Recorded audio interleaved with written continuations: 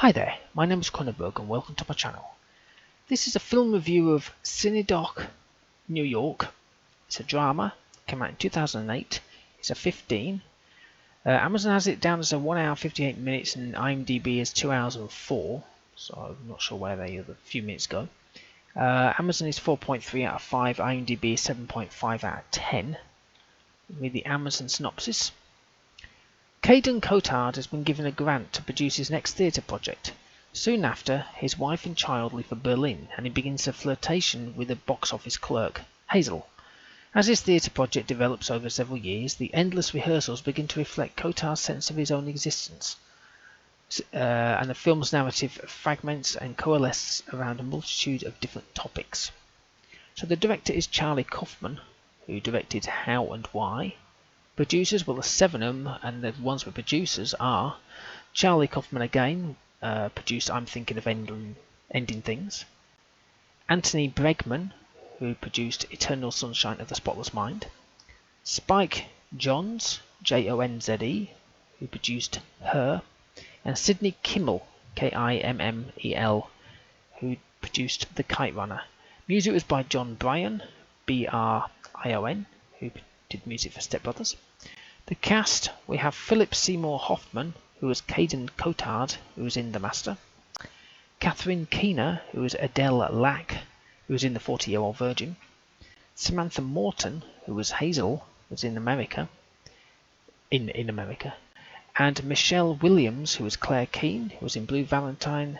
And Tom Noonan, who was Sammy Banathan, who was in Manhunter. It's filmed in Synecdoche, Bronx, Brooklyn, Woodlawn, Yonkers, all in New York, USA, and it's also known as Stage Play, which is the German DVD title, believe it or not. So it's a requested film. I've finally done it. So here we go. So I got it on Amazon. I had to rent it for a bit of money, but 99 pence. I mean, come on. So there's not much to it, so why not? It starts with the kids singing. I have no idea what. I was like, what the hell is that? But it looks like Caden's waking up and his day is crap already. So it's like, yeah, I can relate to this. He's a happy soul. So he's looking in the newspaper and he spots that someone's died. Front news. But tucked in the corner is avian flu. Now, apparently, if you say it now, everyone goes, oh, avian flu, is that a new thing? It's like, no, it's been around for decades. Believe me, I mean, this is 2008, but it was around way before then, and it's, it's been there, it has been here, it'll always be here. Anywho, TV is a cartoon about viruses. His milk has gone off. Then he notices another guy has died in the paper. The water pipe bursts. His daughter is thinking her poo is off, and now he's been told by the doctor to see somebody. So it's like, but it's an intense film, I think. For instance, this was interesting. So the couple therapy, right? And the wife says, because she's saying, when I was pregnant with Olive, I hoped something big would change. And Caden says, well, it did. And she says, yeah, but not as much as I'd hope. I'm sorry, that's terrible, isn't it? I shouldn't say that. And the counsellor sort of says, no, it's okay. There's no terrible things to say here. She goes, oh, okay.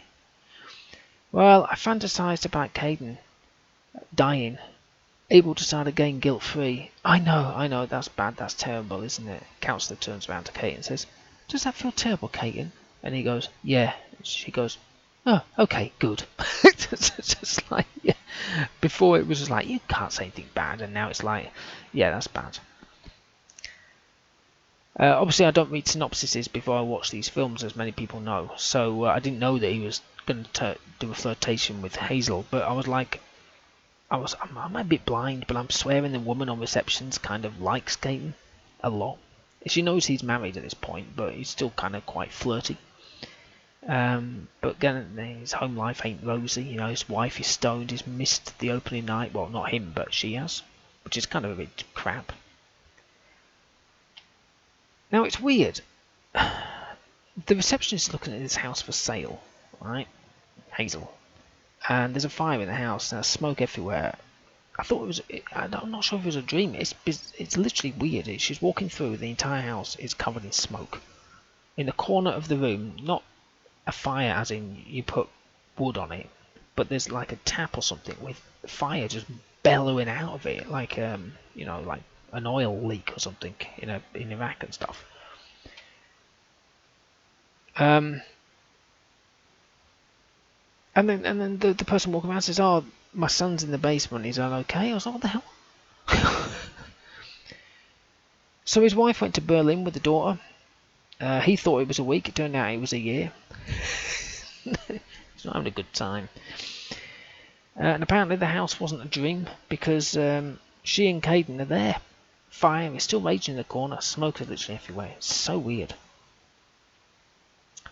So the theatre that he bought is huge. It's literally like a football stadium, but covered. I mean, I don't think it was actually a theatre, but it was like, really, what? I don't know how much his grant was. So there's little bits, obviously, it's quite profound. He's talking to his theatre group about ideas. They're all like, oh, how about this, how about that? And he goes, well, bottom line is, we all know we're going to die, but we all think it won't happen to us. Sobering thought, but it's so true. It's the one thing you're guaranteed in this life. You're not guaranteed to win the money. You're not guaranteed to have a perfect job. You're not guaranteed to find the perfect person to settle down with. But you're guaranteed you're going to be dead. We all think it will never happen, but it will. Sorry for that depressing thought. So I say it's weird, but every woman wants him. And it's been like a few years, even though it doesn't actually show that. But he's reading the counsellor's book on the plane, and she's actually sat across the aisle, but he didn't know that at the time. He was reading the book, and then it says something, and then he turned to the side, and there she was. And he was like, oh, what the hell? And then she actually did what was in the book. I'm not going to state what it was, obviously. He ignored her, and then she sat down again, kind of in a huff. And he went to read it, and it said, da da da da, and this book is over. And then he turned over, and there was just blank pages. It was like, oh, okay. So time's kind of moving faster than Caden realises. So years have passed, but he thinks only months. It's so bizarre. Now, someone came for an audition, and this was Tom Noonan. He's got no resume. He's not an actor, but apparently he's following him around for 17 years. Knows everything about him, and he gets the job. And then he literally follows him around, writing everything down. He actually turns out to be the guy who will play him in the theatre.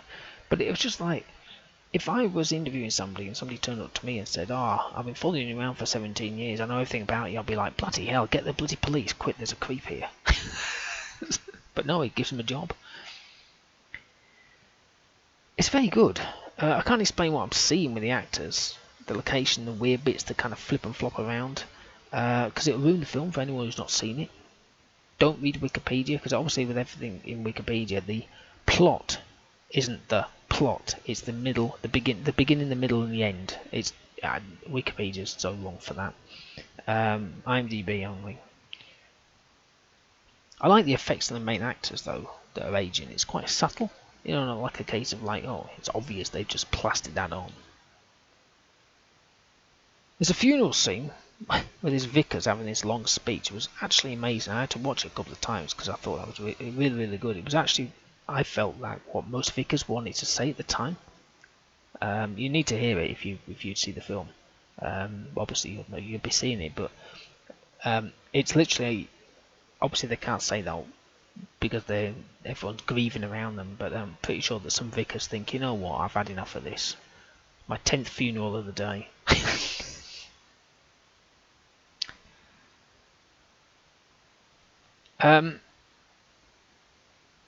Music on the end credits is sad in a nice way, if that makes any sense, but it's a completely different type of film for me to review, because as you probably notice in my channel, or maybe you don't, but you will if you have a glance, you'll notice I do a lot of kind of corny horrors and stuff that are low rated and stuff. I do some high rated, but usually it's not.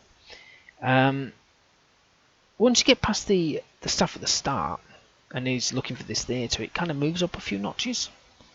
The film's very well thought-provoking, well done. You know, flowed well, and at times I didn't really know if the scene I was watching was the scene you're supposed to be watching, if that makes sense. Again, it doesn't mean out to you if you've just seen the trailer. But when you watch it, you're kind of watching, going, oh yeah, yeah, and then something happens, like, wait, what? Oh, it's not. Okay. Oh no, it was. Oh, I can't explain what it was or what it is because it would ruin it for everyone else. I'm actually giving it a 9. I don't give many films a 9. I think the only time I've done that is one of my favourite films. But yeah, a 9. Very good film. The 2 hours just flew by in a weird way, if that makes sense. But yeah, it's a very good film. Highly recommend that one. Anyway, hopefully you've enjoyed watching and listening to this film review of Synecdoche. I don't even say it. Synecdoche. Synecdoche, New York. Please subscribe to my channel. I've got plenty of other film reviews. A few maybe like this. I've done Brazil. That's a good film. Brazil. That was a good review. But you can find some other stuff. Give me your thumbs up if you like this video. Leave a comment in the comment box below if you've watched this film. Have you enjoyed it? Did you find it entertaining or a bit depressing in parts? I don't know. It's not that kind of. It's not an action film. So, you're not going to get loads of people running around like nutters.